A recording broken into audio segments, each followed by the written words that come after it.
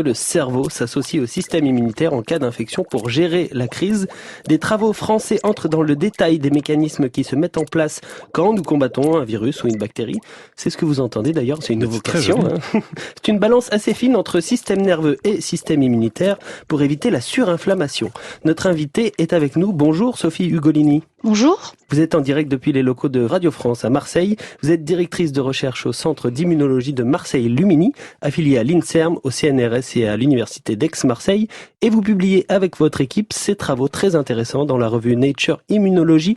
Alors avant d'entrer dans le détail des résultats, expliquez-nous un peu, on va dire grossièrement, ce qui se passe en cas d'infection et pourquoi on dit que le cerveau s'associe à la bataille. Lorsque notre organisme est infecté par un virus ou par une bactérie pathogène, les cellules de notre système immunitaire sont un peu comme des sentinelles et elles reconnaissent l'intrus et s'activent. Alors cette activation entraîne une inflammation et cette réaction inflammatoire est très importante pour permettre au système immunitaire de lutter contre l'infection et d'éliminer les agents pathogènes. Cependant, cette réaction inflammatoire doit être très finement régulée. Si elle est trop forte, elle peut avoir des effets toxiques sur l'organisme lui-même. Donc, nous avons identifié dans cette étude un nouveau mécanisme de régulation de cette inflammation.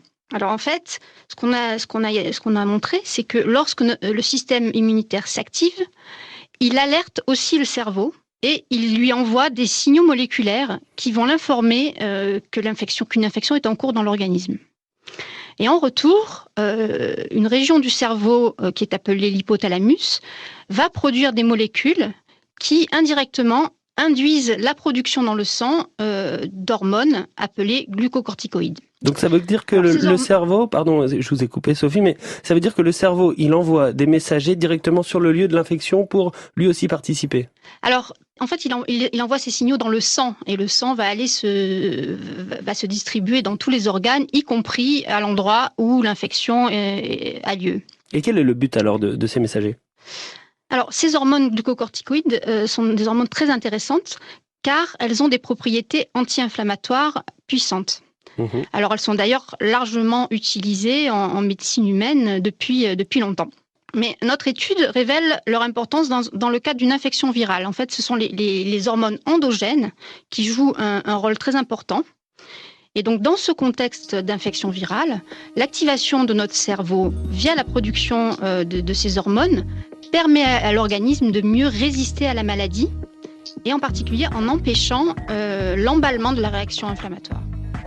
Ce qu'il faut donc comprendre, c'est que ce n'est pas le système immunitaire qu'il faut chercher à booster, mais bien le cerveau.